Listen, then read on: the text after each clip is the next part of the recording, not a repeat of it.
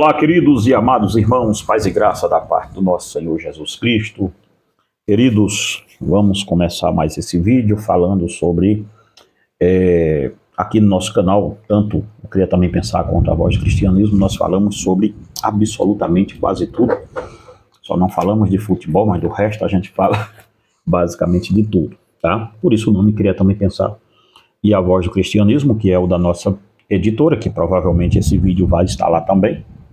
Então, aqui nós falamos sobre, desde assuntos de psicologia, filosofia e, claro, teologia, e teologia ainda centrado, nossos canais eles são centrados ainda, embora eu diga que não é assim, mas os nossos canais eles são centrados ainda dentro do escopo de uma teologia reformada. De novo, eu tenho muitas implicações com os calvinistas modernos, os calvinistas de internet e os arminianos de internet, em síntese, eu tenho muito problema com esse pessoal, mas entendo que a melhor teologia ainda é a teologia reformada. Ela é a melhor resposta de apologética, é a melhor teologia que se entende ainda que se pode dar uma resposta apologética à altura às heresias filosóficas que aí estão. O arminianismo não consegue dar essa resposta apologética à altura, então, por questão de bom senso e de inteligência, e de entender que a teologia reformada é a que melhor glorifique a Deus, em sua essência sim, tá? Estou falando de teologia reformada em si, tá? Mas aí entendo também que a idolatria, essa teologia, é o que está fazendo nós nos perdermos nos corredores desse negócio aqui, e de pessoas sem nenhum, assim, amadurecimento dentro desse contexto, desse escopo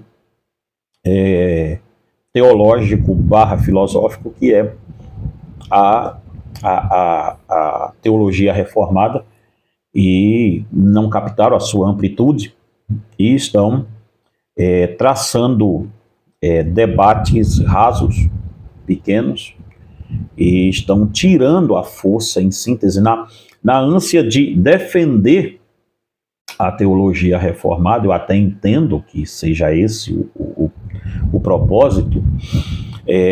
Não vejo essas pessoas como sendo más pessoas, pessoalmente não, tá?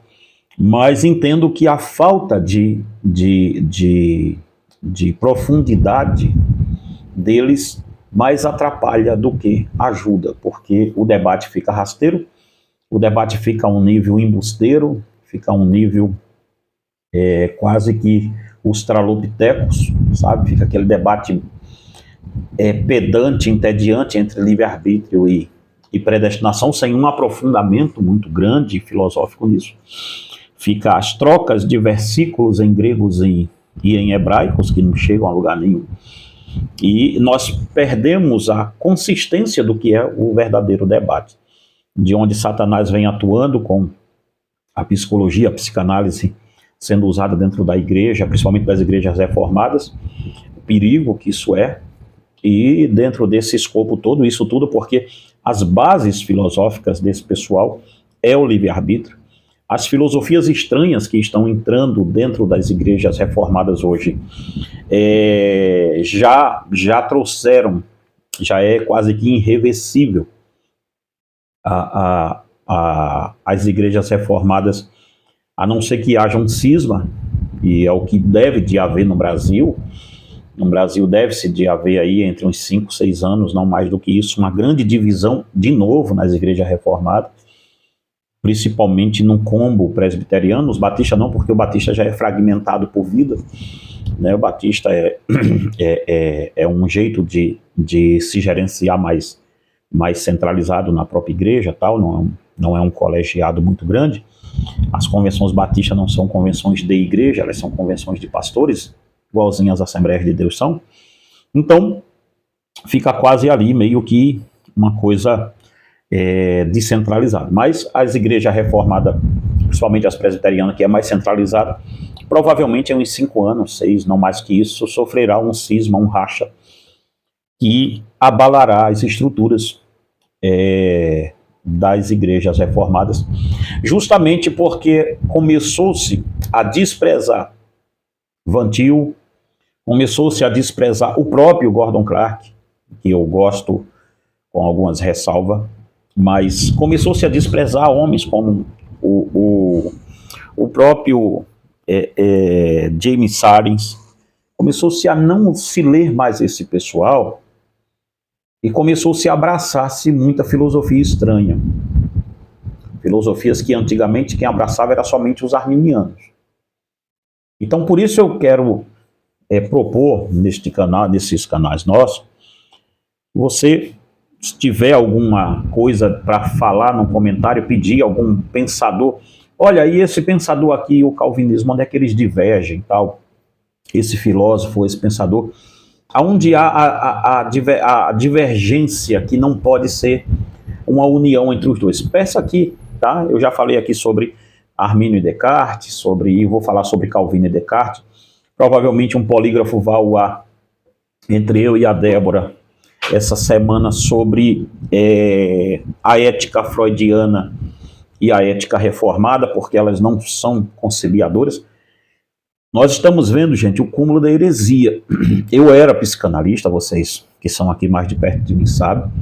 Eu renunciei essa heresia depois de estudar consistentemente o que era psicanálise de verdade, em sua ética, em tudo isso. O ruim é que a turma está formando nessas heresias de psicanálise, de tudo isso, e não estão, como é que eu posso dizer a vocês, não estão lendo o que é a ética, o escopo, como ela veio, em que veio, o que ela pretende fazer com o ser humano. Estão abraçando isso tudo, a psicologia contemporânea, tudo isso, e jogando para dentro da igreja. Como o conservadorismo, como tudo isso, há uma confusão mental, quase que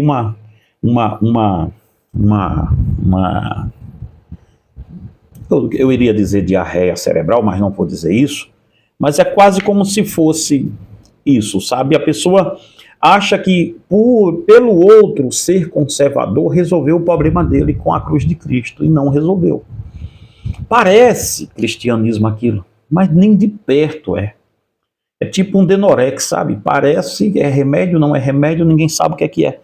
Você vê que a busca hoje incessante, nós não temos mais uma religião cristã, principalmente pentecostal e neopentecostal. Esse recado aqui vai para os neopentecostais e pentecostais.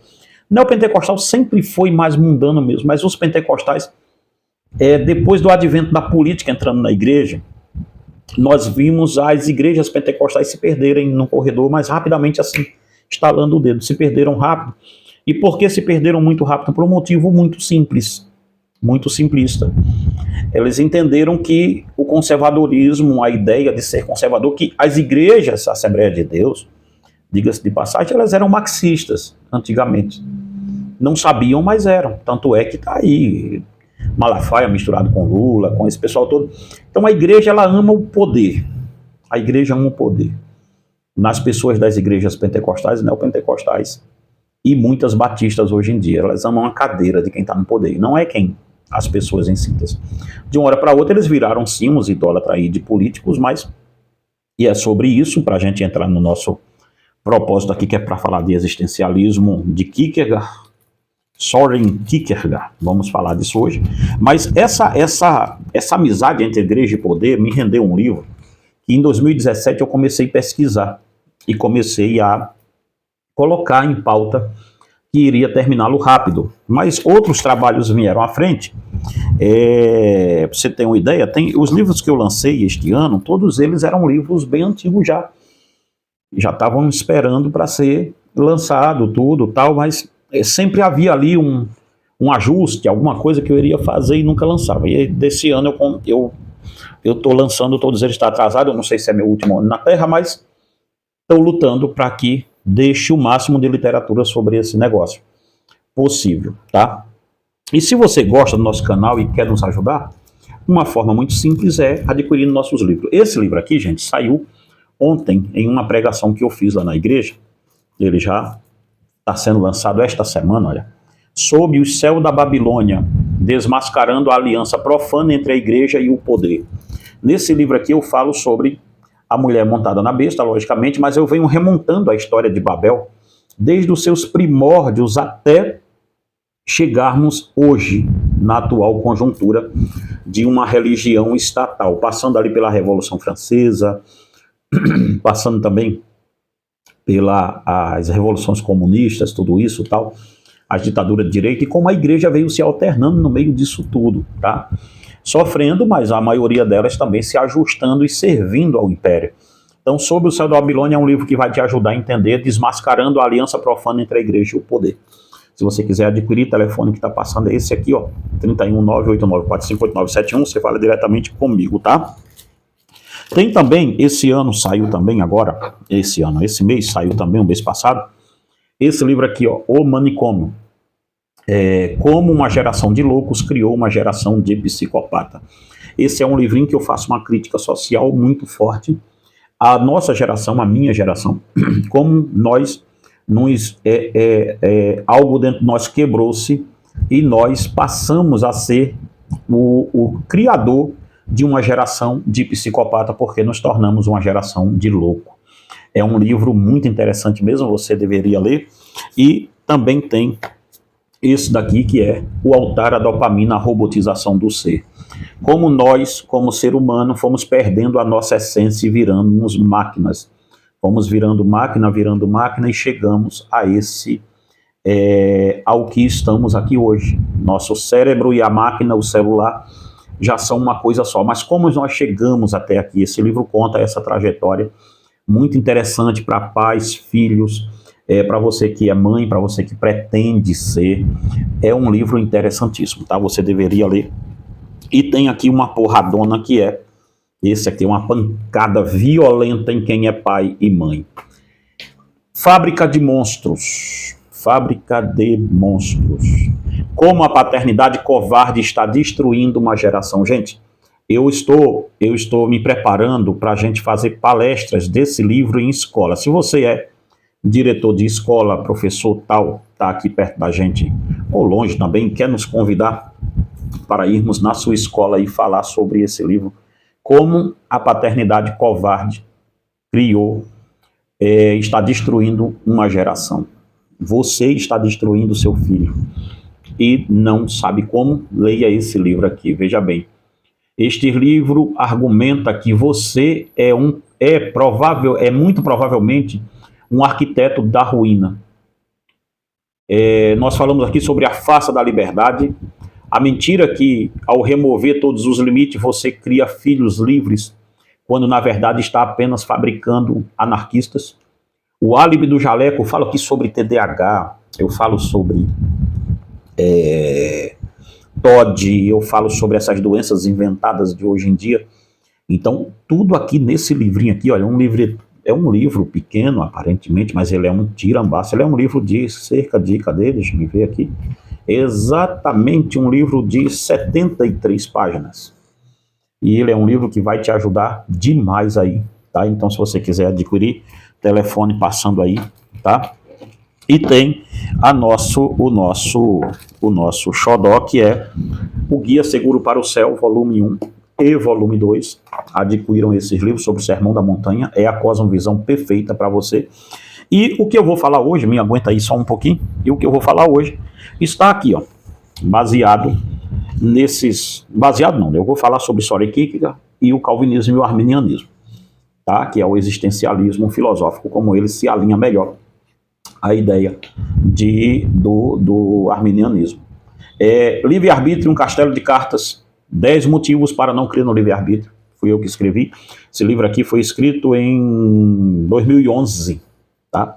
E esse aqui que segue ele também foi em 2012, que é Da Predestinação dos Santos contra o Arminianismo e sua suprema heresia, o livre-arbítrio, tá bom?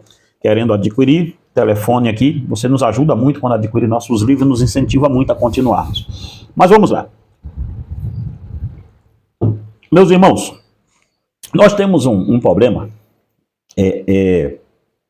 de apologética hoje em dia, e nas minhas andanças escrevendo sobre filosofia e estudando muito sobre filosofia, principalmente o livro que eu estou tentando, eu terminei esse ano, mas provavelmente eu não termine, que chama-se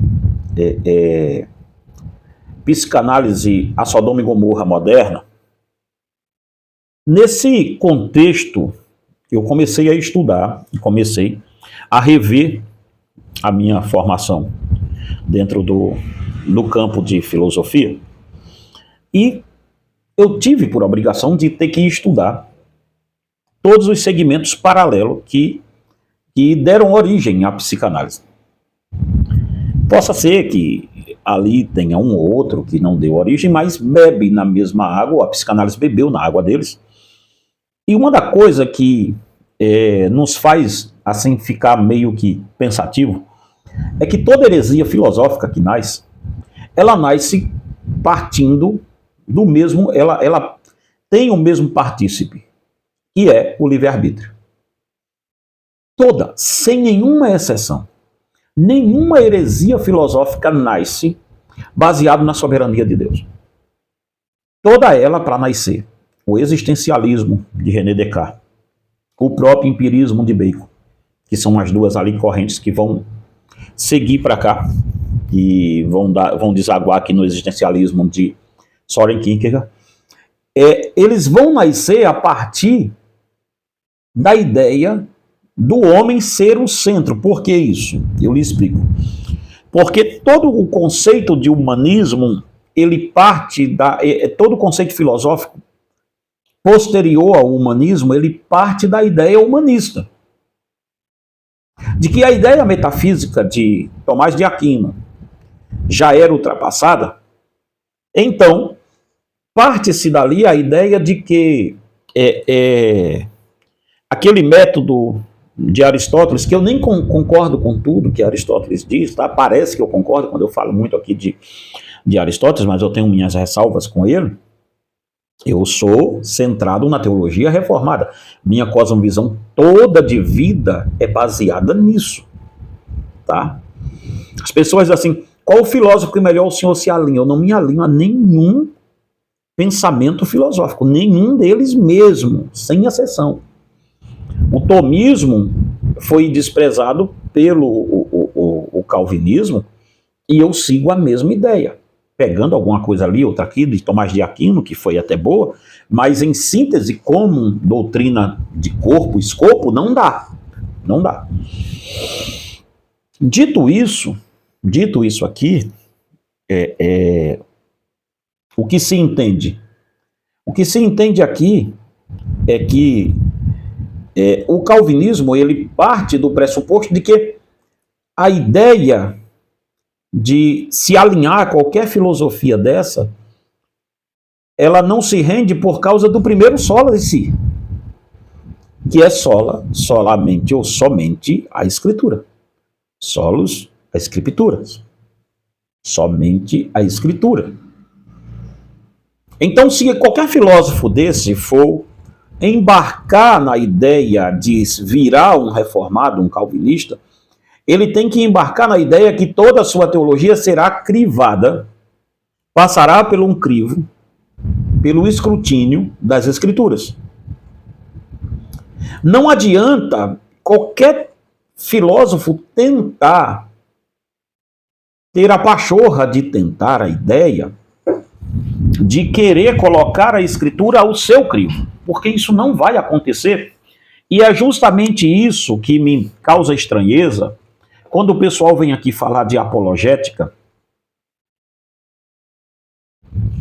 porque eu acho que não dá, sob nenhum propósito, um arminiano fazer apologética. Não apologética séria.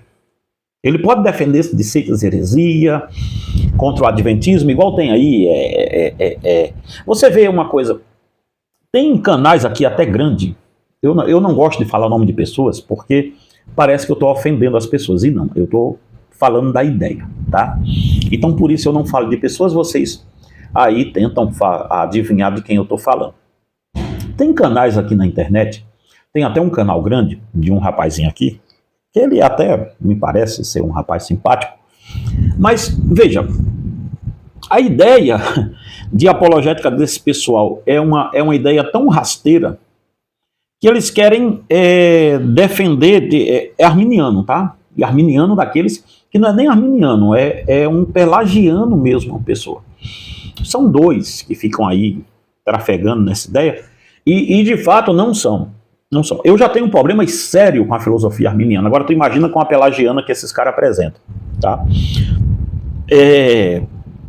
Esse pessoal, eles não são apologeta, eles são defensores de uma heresia em detrimento de outras. Porque o que eles falam é uma heresia sem precedente, não tem a ver com ser arminiano, tem a ver com ser eles. Então eu fico vendo essa briga deles com... Eu tenho um vídeo aqui falando de seitas, claro.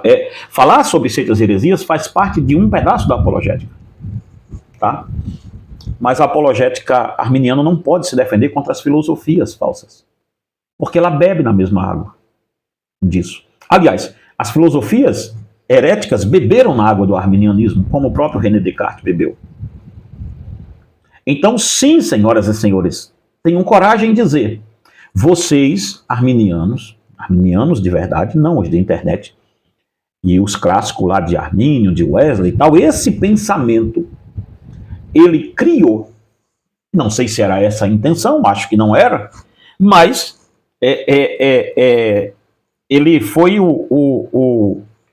ele criou um bioma muito interessante, uma questão ali de uma vida própria, quase que o que eu estou tentando lembrar o filósofo que criou a ideia de rizoma, quase que aquilo. Vocês criaram um bioma de heresia violentíssimo. E toda heresia filosófica nasce a partir de vocês. E dessas vocês não podem se defender, porque fica ruim.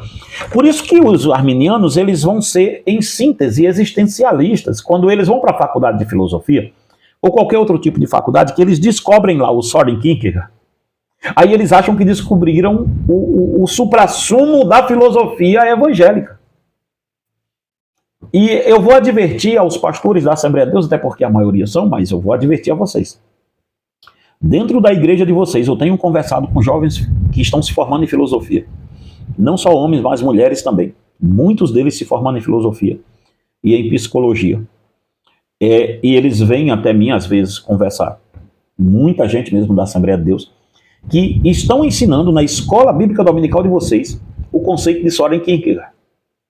E o Soren Kierkegaard, ele tem livros muito baratos, principalmente numa livraria aqui, que você pode acessar pela internet, eu não vou dizer o nome, que ela não está me pagando, mas o Soren Kierkegaard, os livros dele são assim, os livros que essa editora fez, eles têm uma tradução meio sofrível, logicamente, mas é uma tradução até razoável, que dá para o cara entender o que é aquilo, sabe? Então perceba bem uma coisa, tem livro de Soren Kierkegaard hoje no Brasil por R$ 9,90, por R$10, 12, 15, 19. Como também essa mesma livraria, vocês já devem saber, quem compra muito livro de teologia sabe, essa mesma livraria, ela popularizou aqui no Brasil as obras de Calbart. E as obras de Calbart baratinha, principalmente toda a biblioteca que eu vejo aqui na internet, de gente que nem é reformado, nada disso, tem um Romanos de Calbart. No dia que eles lerem esse Romanos de Calbart e levar para a igreja de vocês, vocês vão ver o que é bom para tosse. Porque o Calbart é o precursor, é a voz, é o eco mais consistente da teologia liberal. Tá? Então vocês têm um problema sério para resolver. Eu tenho aqui a dogmática deles, está ali para baixo, ó. Aqui nessa quarta prateleira lá embaixo, que eu estou tentando aqui, Emil Brunner. Tem tudo isso sendo vendido aqui no Brasil, baratíssimo, tá? E a turma está comprando a apologética de Emil Brunner, estão soltando isso em seminário, sem ter responsabilidade de nada, porque nem sabe o que é que estão lendo, nem sabe o que é que está lendo. O perigo está aqui, nisso aqui. Tá? Então nós temos hoje tudo para a igreja pentecostal, as Assembleias de Deus, partirem para um liberalismo. Olha, a Igreja Assembleia de Deus salvou a Igreja do Brasil um dia do liberalismo. Historicamente eu tenho que dizer isso. Tá? Por quê? Porque pós-guerra a Alemanha se afundou no liberalismo teológico. Karl Barth, N. Brunnen, tem um outro também, cara, que eu estou tentando lembrar o nome do infeliz. Deixa eu ver, eu não estou vendo ele daqui, então não vou nem tentar a sorte. Rudolf Bultmann, ok. Rudolf Bultmann, tal, esses caras todos ali. Estava todo mundo ali. Então, a ideia, esses livros estão baratinhos aqui no Brasil. Você acha que Satanás fez o quê? E quem bebe na água do liberalismo, muito, olha bem, o liberalismo não foi, dizem assim, o calvinismo criou o liberalismo. Isso não é uma verdade. Não é uma verdade. Sejam justos intelectualmente. Se vocês querem criticar o calvinismo, conheçam o calvinismo e vão criticar eles em outra forma, como eu critico aqui. Eu sou um dos maiores críticos do calvinismo contemporâneo. Mas eu não sou um idiota e um falsário intelectual. Eu tenho que ter bases porque eu estou falando. Vocês sabem que o liberalismo, principalmente Schleiermacher, daqueles caras todos, nasce a partir de uma tentativa de dar respostas ao que Deus fez. Tá? Sobre aquela questão ali do Holocausto, tal, tudo. Um afastamento da teologia reformada cria o liberalismo. E aquilo não entrou no Brasil porque o pentecostalismo estava na alta aqui. Olha que coisa de doido.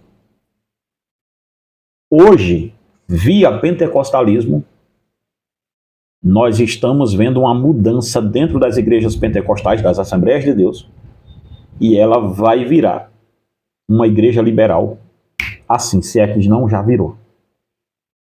Se é que não já virou. Tá? Porque dentro das igrejas pentecostais hoje e dentro das igrejas reformadas deram-se um abraço muito forte nesse tipo de filosofia que nós vamos ver agora. Demorou muito para chegar no Kierkegaard justamente porque nós temos que fazer essa introdução toda, tá? Vamos ver, rapidinho aqui. A filosofia de Søren Kierkegaard. Søren Kierkegaard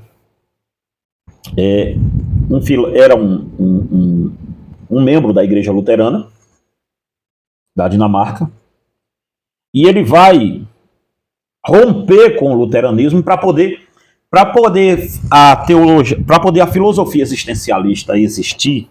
Olha que trocadilho, hein?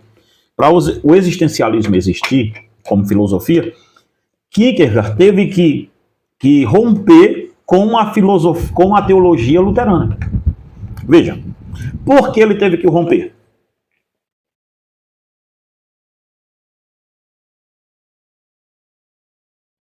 Ele teve que romper por uma coisa simples.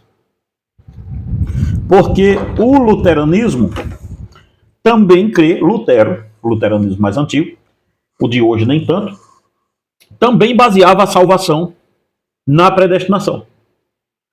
E se você vai basear a salvação na predestinação, você tem que ir por A mais B.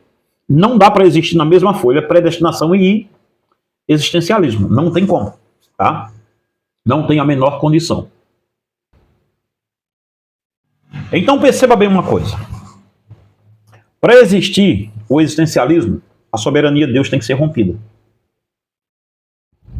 E aí o Kierkegaard sai da ideia luterana de predestinação e parte para a ideia arminiana do livre-arbítrio. Søren Kierkegaard ele tem que abraçar o arminianismo para fazer a sua heresia filosófica. Se você é arminiano e pensa um pouquinho só, pensa comigo, por que todo filósofo herege tem que abraçar a teologia de vocês? Eu não estou aqui pegando no pé, tá? Só estou aqui dando... É fato isso. Isso é factual. Isso não é uma questão de especulação. Isso é uma questão factual. Vocês deveriam responder esta pergunta. Se a teologia de vocês é tão pura, tão boa como vocês dizem, tão robusta, por que toda heresia filosófica abraça vocês?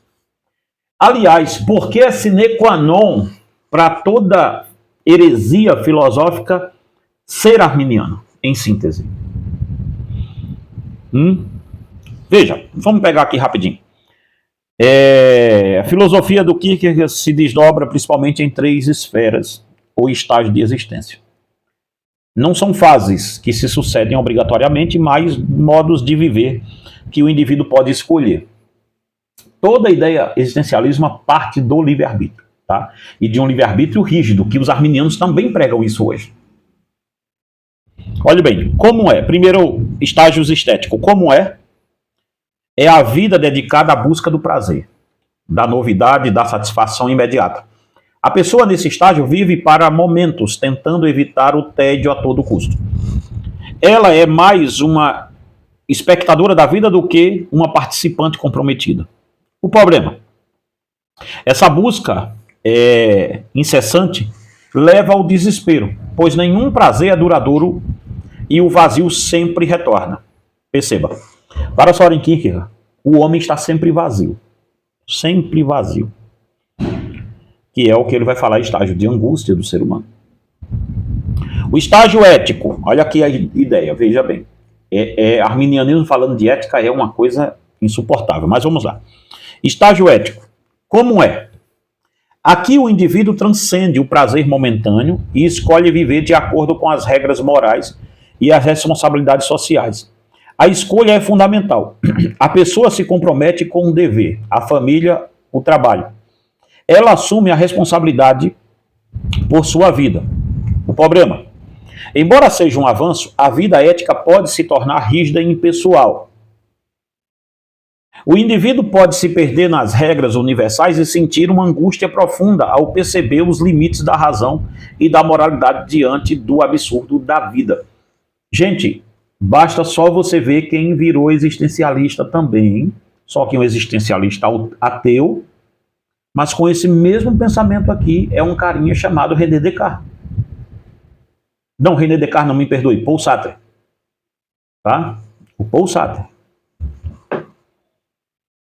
Então, ele não sabia que ele ia criar um existencialismo ateu, mas a única coisa aqui, para ele tentar colocar Deus, aí ele vai tentar colocar Deus no meio dessa aberração aqui, o Soren Kierkegaard. Aí olha como piora o negócio. Que é o que os arminianos defendem também. Sejam hominhos e venham aqui e digam que vocês defendem isso. Porque isto aqui vocês defendem, tá? O livre-arbítrio e a salvação para o arminiano é um salto de fé. Que o Soren Kierkegaard colocou muito bem dentro da doutrina de vocês. Por isso que vocês, os jovens de vocês hoje, estão tão em dúvida sobre o Kierkegaard, porque ele é um arminiano prático, filosófico, muito bom. Ora, vocês vão negar isso aqui, que eu disse aqui, o Kierkegaard disse até agora. Vamos ver, o estágio religioso para Soren Kierkegaard. Olha lá a ideia agora. Como é? Este é o estágio mais elevado para Kierkegaard. Ele não é alçado pela razão, mas por um salto de fé. É uma relação pessoal, objetiva e paradoxal com Deus. O exemplo máximo é Abraão, que estava disposto a sacrificar seu filho Isaque, um ato que é absurdo do ponto de vista ético, mas que demonstra uma fé absoluta e individual. Veja, eu vou terminar de ler aqui para eu falar sobre Abraão e Isaque ali, o que o Kierkegaard está dizendo. Olha bem, a essência, a verdade não é objetiva, mas subjetiva. A subjetividade é a verdade. A fé é uma paixão, uma entrega total que transcende a lógica e a moralidade universal. Além desses estágios, conceitos como angústia, a tontura da liberdade, o sentimento que temos diante de nossas infinitas possibilidades, o desespero e a doença de não ser, a doença de não ser si mesmo, são centrais em seu pensamento. Veja só uma coisa. O que o Kierkegaard diz, o livro dele, que vai falar sobre o salto de fé, é esse do Abraão e Isaac. E é esse que a turma está mais lendo. Tá? No salto de fé, ele diz que Deus suspende suas leis, mesmo que momentaneamente, para pedir com que os homens quebrem essas leis, porque está escrito não matarás, e Deus pediu para Abraão matar Isaac. Então, em Deus não pode haver consistência. Então Deus suspende essa lei, mesmo que momentaneamente, para Deus não quebrá-la. Esse é o jeito mais embusteiro e mais rasteiro. Por quê? Dentro da própria filosofia que ele está defendendo, isso não faz o pingo de sentido. Não faz sentido nenhum. E eu vou lhe dizer por quê. Porque para Soren Kierkegaard, a ideia central do existencialismo é que tudo parte do ser humano. Inclusive, o salto de fé no escuro é uma aderência do ser humano. É ele quem dá esse salto de fé, segundo ele está dizendo, no escuro, às cegas, sem racionalidade nenhuma. Então, o primeiro ponto negativo para a ideia existencialista é que Soren Kierkegaard está dizendo que a fé não tem bases lógicas para atuar. Isto não é uma verdade bíblica. E ao pular no escuro, o homem vai com um ato de fé e de amor, e é o estágio mais elevado, e ele não alcança isso pela razão, mas por um salto de fé. É uma relação pessoal. Pessoal, ou seja, parte de mim essa ideia de pular no escuro para encontrar Deus. Então, a primeira coisa que deveria se dizer no livro de Soren Kierkegaard, que ele não disse, é que o desejo de matar Isaac deveria partir, de sacrificar Isaac, deveria partir do Abraão. Mas isso não é verdade. Primeira coisa aqui. O desejo de oferecer Isaac não partiu de Abraão. Partiu do próprio Deus. Então nós temos um problema aqui. A ideia toda de sacrificar Isaac não foi um salto no escuro, Soren Kierkegaard. Ao contrário, foi uma ideia revelada a Abraão pelo próprio Deus. Então, só por isso aqui, só por isso já desqualifica quase que o livro todo de Abraão, que ele escreve sobre Abraão e Isaac. Não faz um pingo de sentido aqui. Parece inteligente, mas não é. O texto de Abraão e Isaac está preso em Deus. Não está preso em Isaac e Abraão. O sentimento de sacrificar Isaac a Deus não parte do coração de Abraão. Então, esta relação não é pessoal. É uma relação impessoal. Impessoal do ponto de vista que ela se torna pessoal justamente porque ela vem de fora para dentro. Por isso que ela não é pessoal, ela não parte do coração de Abraão, ela parte do coração de Deus. Então, nós temos um problema dentro da própria filosofia existencialista que não faz o pingo de sentido isso. Mas os jovens estão bebendo essa água pútrida por causa da teologia arminiana. Porque isto faz todo sentido dentro da teologia arminiana. A minha birra com a teologia arminiana não é esse debate rasteiro que vocês têm de predestinação, livre-arbítrio, que nasceu primeiro, o ovo ou a galinha. Não é isso. Ela é filosófica. Ela é do ponto de vista da malignidade filosófica que isso está fazendo aos jovens. Porque está fazendo os jovens virarem ateu dentro das próprias igrejas. Eles estão bebendo qualquer tipo de água. Olha lá. Abraão, que estava disposto a sacrificar seu filho Isaac, em um ato que é absurdo do ponto de vista ético, mas que demonstra uma fé absoluta individual, ou seja, não Soren Kierkegaard. A fé não é absurda. Hebreus diz que a fé é o firme fundamento das coisas que não se vê, mas se esperam. Firme fundamento, então ele está fundamentado em alguma coisa. Então eu não produzo fé. Porque eu não produzo, porque a fé é anterior a mim. Eu não posso produzir uma coisa que já exista. É isso que a cabeça arminiana, junto com o Kierkegaard, não entende. É que você não pode criar uma coisa que está para além de você, que já exista, meu Deus do céu. Por isso que a ideia arminiana, ela se esvai. Não precisa nem da escritura, a própria filosofia destrói com isso. Se a gente usar a Bíblia, então, aí vai ficar mais difícil ainda. Aí o que o Kierkegaard diz? Que Deus suspende momentaneamente as suas leis para pedir coisas absurdas, como o sacrifício de Isaac. Aí Deus suspende a ideia de não matarás. Veja, é uma coisa assim absurda, porque isto não tem o princípio bíblico sendo ativado aqui. Deus, quando pede Isaac, Deus não precisou suspender nenhuma lei, nenhum decreto dele.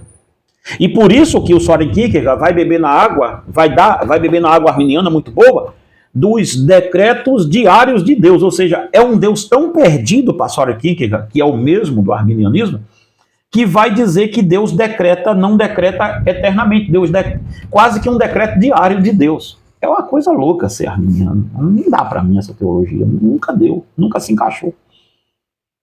Não faz sentido nenhum isso.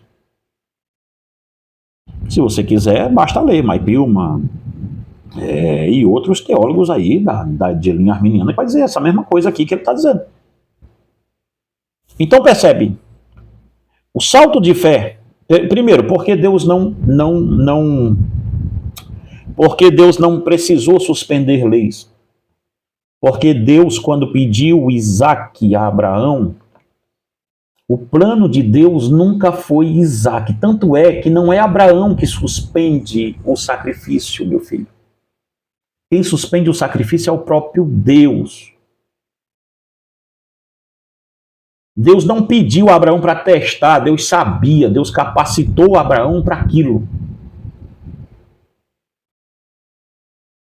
Uma outra coisa, em síntese aqui, que fica meio que voado aqui, essa ideia meio que tosca de vocês, de acreditar nessa pataguada aqui, é que vocês não perceberam que alguém morreu ali.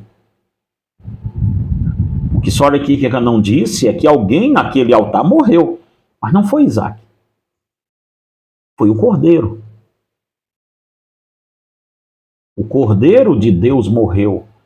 Em última análise, a ideia de Soren Kierkegaard, que abraçou o arminianismo e vice-versa, o arminianismo lhe abraça, lhe saúda muito bem, é uma ideia tão inconsistente que ela tira, em última análise, o brilhantismo da própria cruz de Cristo. Deus suspende suas leis para não quebrá-la, Deus diz, agora não é mais lei, é mais ou menos isso. Aí Deus faz, aí depois Deus volta com a lei de novo. Não faz sentido isso. Não tem um pingo de sentido uma coisa dessa. E aí eles dizem assim, porque existe a vontade de Deus e a personalidade de Deus. A pessoa de Deus é uma coisa e a vontade é outra. Como é que é isso aqui? Como que eu tiro de Deus a personalidade e a vontade, eu distingo as duas? Não faz o pingo de sentido isso. Não tem um pingo de sentido, tá? E aí nós vamos falar rapidamente aqui com vocês sobre a melhor resposta para isso, para essa heresia, ainda é a teologia calvinista. A teologia mesmo calvinista ali. Por que a teologia calvinista, irmãos, ela tem um atrativo tão grande para mim como pensador? Porque dentro do escopo de teologia calvinista eu posso ter uma base sólida, firme, um esteio ali pesado, tracionado ali, quase que aquele extratorzão que finca no chão e vai arrastando tudo. Porque a teologia calvinista, quando ela é bem entendida, nessa briga de 5 pontos, isso, aquilo, outro. Não, não é essa briga aí. Dort disse, Dort não disse. Não, essa briga de Instagram não, tô falando de coisa séria. Gente ali que entrou pesado com Vantil, que entrou pesadíssimo ali com o John Frame, com Gordon Clark, com gente do James Sarin, esse pessoal aí, sabe? Das apologéticas de Rema Bavinck, mais ou menos isso aqui. Quem bebe nessas águas profundas não vai ficar confundido com essas bobagens. Não vai ficar confundido com a ideia disso ou daquilo outro. Porque é sólido, é pesado, é tracionado o negócio, não é assim. Então, chegando aqui a essa ideia aqui, vamos lá rapidamente. A natureza, veja, embora o Soren Kierkegaard declare-se ser teísta, né, de ser centrado na figura de Deus, de um Deus absoluto, como o arminianismo também diz que é. A maneira de se chegar a isso é totalmente diferente. E aí, sim, o existencialismo cristão é uma heresia filosófica que nasce com a ideia arminiana. Nasce com a ideia arminiana. Infelizmente, gente. Vocês podem vir aqui, esculhambar, xingar, desescrever do canal. Eu não acho que deveria desescrever desse canal, não, porque esse canal é até interessante, mas se vocês quiserem nem fazer o quê? Mas vamos lá. A natureza da fé. O salto versus a graça irresistível. Veja por que calvinismo e existencialismo não podem andar na mesma calçada. Não podem estar aí dizendo que são a mesma coisa, dizendo que um pode tolerar o outro, porque não dá. Doutrinariamente não dá. Kierkegaard, o salto da fé. Para Kierkegaard, a fé é a escolha mais radical e pessoal que o indivíduo pode fazer. Não é uma conclusão lógica ou um processo racional, é um salto no escuro. Ou seja, o Kierkegaard cria o fideísmo, a fé na fé, que é o que muitos arminianos hoje seguem. E é o que seguem hoje. Uma fé que é um pulo no escuro. Vamos lá, pula e depois você vê o que é que vai dar. Uma aposta apaixonada no absurdo. A fé é definida pela incerteza e pelo risco. O cavaleiro da fé, como Abraão, age com base em uma convicção interna que desafia a lógica e a ética universal. Vamos ver mais? Agora vem o calvinismo. Veja, esse é o Soren Kierkegaard. E se você pegar aqui, é o arminianismo todo. O calvinismo. A graça irresistível. No calvinismo, a fé não é uma escolha humana. Já começa aqui. Mas um dom concedido por Deus àqueles que ele predestinou para a salvação, que são os eleitos. A graça de Deus é irresistível. Se Deus escolheu, você inevitavelmente terá fé. É isso que nós cremos. A fé é o resultado da adoção, da ação soberana de Deus. Não um ponto de partida de uma escolha humana.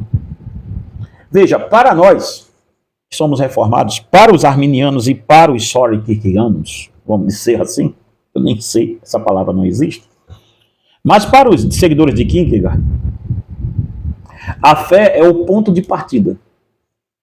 Para nós, calvinistas, a eleição é o ponto de partida. Nós só teremos fé porque fomos anteriormente eleitos. É o chamado de ordem solutus. Nós só temos fé porque, antes de tudo, fomos predestinados. A predestinação é a base consistente, escriturística, sob a qual todo prédio calvinista está montado. A soberania de Deus é o solo firme, sob a qual a nossa teologia se desdobra, se monta. Os seus decretos é o projeto, é a ideia da nossa fé. Nós não cremos em um Deus que tem variações. Nós cremos em um Deus que é absoluto em tudo. De cima para baixo. Ele elegeu, ele escolheu, ele santificou e tudo isso. Toda ação de Deus para o homem. Segundo ponto, liberdade humana, escolha radical versus predestinação. Veja, Kierkegaard, escolha radical, a liberdade é o centro da existência humana. Veja, isso aqui é o arminiano, né? Também. Somos definidos pelas nossas escolhas. A famosa angústia, angústia de Kierkegaard é a tontura da liberdade. O sentimento que surge diante das infinitas possibilidades. A salvação, o sentido da vida depende inteiramente da capacidade do indivíduo de escolher a si mesmo e sua relação com Deus. Por que isso é tão interessante? E dentro do arminianismo não pode, por questões lógicas, haver absolutos.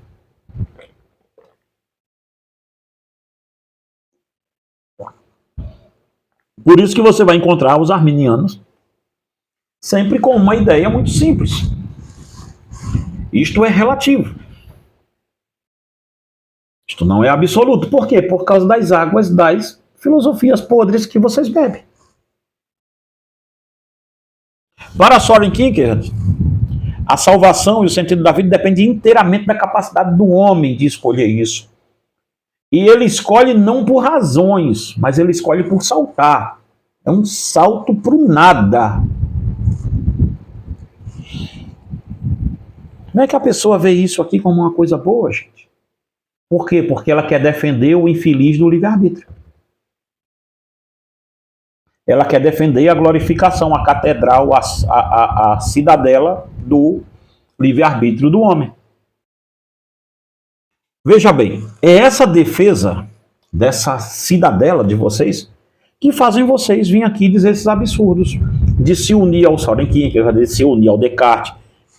Isso daqui, gente, isso daqui do Soren Kierkegaard, só é você ver o existencialismo ateu. Ele só vai tirar Deus, o resto continua do mesmo jeito. Que é o Jean-Paul Sartre. E vai dar origem ao feminismo. Lembrando que Catarina de Beauvoir é esposa do Paul Sartre, tá? Mas vamos mais adiante. Então tá, liberdade humana, escolha radical versus predestinação. Kierkegaard, escolha radical. A liberdade é o centro da existência humana.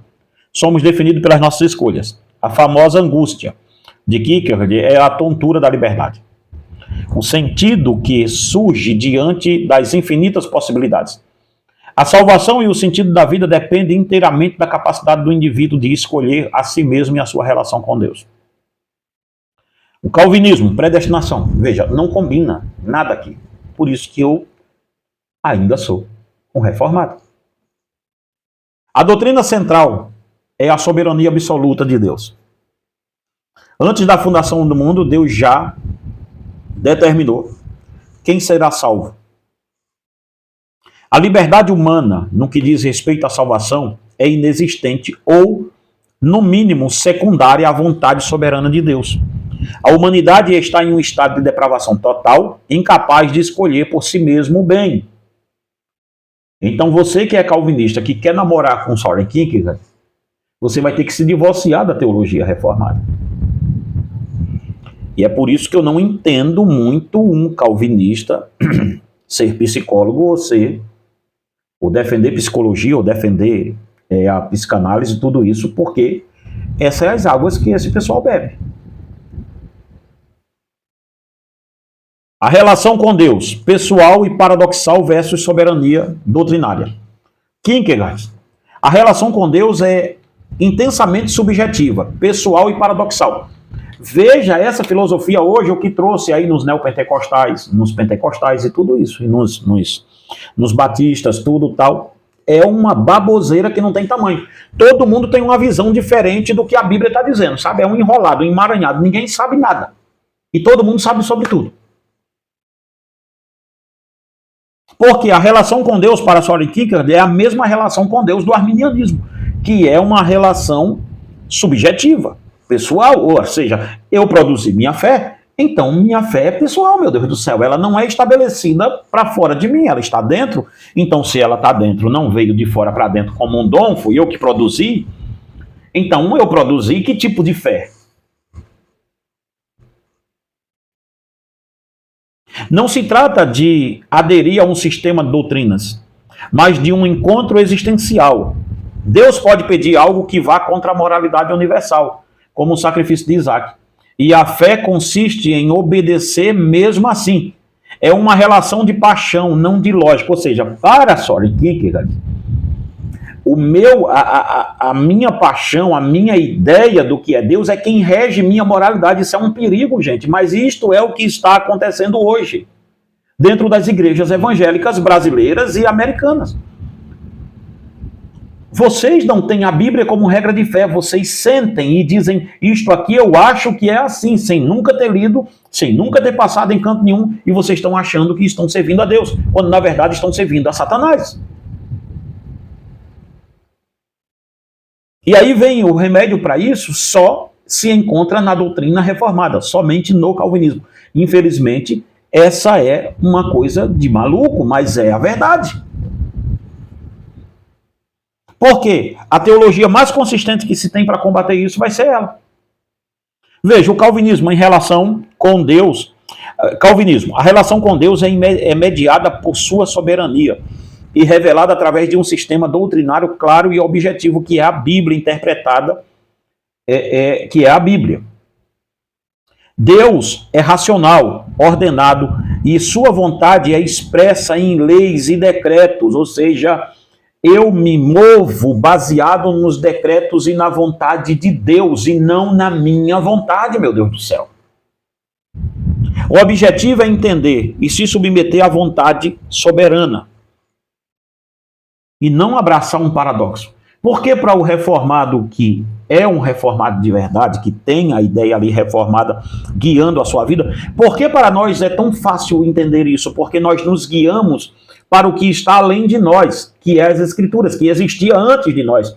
Nós não regemos o mundo a partir de nós mesmos, nós somos regidos a partir da Escritura e a partir da soberania de Deus, que é a revelação de Deus implícita em nós. E como Deus se revela a nós? Através do Espírito nos guiando pelas Escrituras. Não é a gente sonhando e tendo uma adivinhação que Deus existiu. A verdade subjetiva versus a objetiva. Kierkegaard, sua famosa frase, a subjetividade é a verdade. Isso não significa que a verdade é relativa, mas que ela só tem valor quando é internizada e vivida apaixonadamente pelo indivíduo. Uma verdade objetiva que não transforma a existência de quem conhece é inútil, segundo ele. Tá? Parece bonito. Mas veja a verdade calvinista, qual é que é no meio disso. Calvinismo, a verdade é objetiva, proposicional e universal. Ela se encontra nas escrituras e na doutrina correta, que é a ortodoxia. A tarefa do crente é aprender, aceitar e viver de acordo com essa verdade externa e revelada. Nosso coração não pode produzir nenhuma verdade. Soren Kierkegaard está extremamente, redondamente, quadradamente errado na sua ideia. Mas essa ideia absurda é abraçada pelo arminianismo para dizer que o livre-arbítrio existe. Tá? Na tentativa de dizer que o livre-arbítrio existe, olha o que é que o arminianismo faz.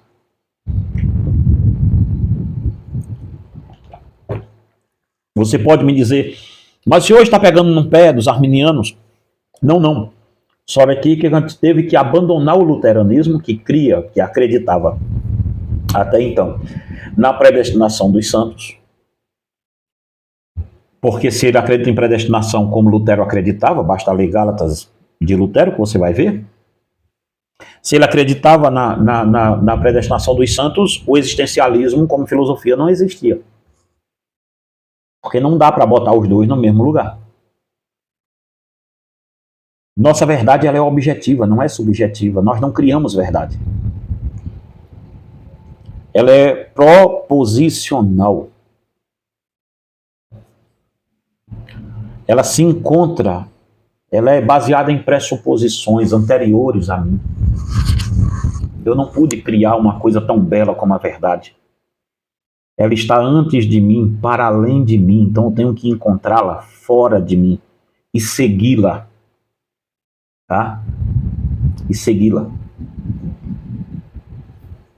Para a gente terminar aqui, isso aqui, já está muito grande esse vídeo, vamos resumir a característica de Soren Kierkegaard e do calvinismo.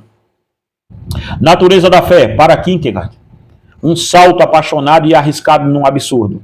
Para o calvinismo, um dom inevitável da graça irresistível de Deus. Liberdade humana, Kierkegaard, absoluta e definidora da existência, fonte de angústia. Para o calvinismo, subordinada à soberania de Deus, a salvação é predestinada. Para Soren Kierkegaard, relação com Deus, pessoal, subjetiva, paradoxal e apaixonada. Para o calvinismo, salvação soberana, ordenada, objetiva e baseada na doutrina. Para Soren Kierkegaard, fonte da verdade. A verdade é subjetiva, apropriação interna. Para o calvinismo, fonte da verdade. A verdade é objetiva, encontrada na Bíblia e na doutrina. Então sim, nós temos muita diferença com Soren Kierkegaard e pretendemos mantê-las. Para o bem-estar da obra de Deus, é preciso manter esta diferença gritante, gigantesca que temos um com o outro. Senão estaremos perdidos como doutrina.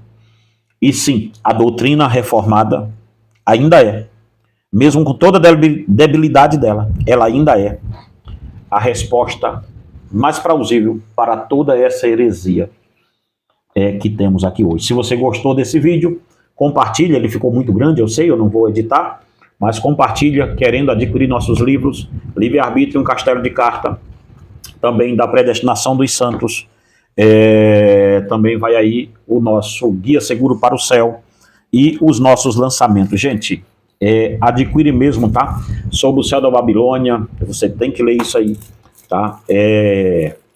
Fábrica de Monstros, Altar da Dopamina, a Robotização do Ser, Manicômio, o manicômio como uma geração de louco criou uma geração de psicopata, ou seja, fala conosco que eu te mando aí, direto nesse telefone que está passando por aí, ele é o meu WhatsApp, querendo fazer alguma doação de Pix também, passou o nosso Pix aí, tá em nome de Fernanda Maria da Silva, que é a minha esposa, então você pode fazer com segurança em nome de Jesus. Qualquer dúvida, entre em contato conosco, que Deus em Cristo te abençoe e te guarde em nome do Senhor.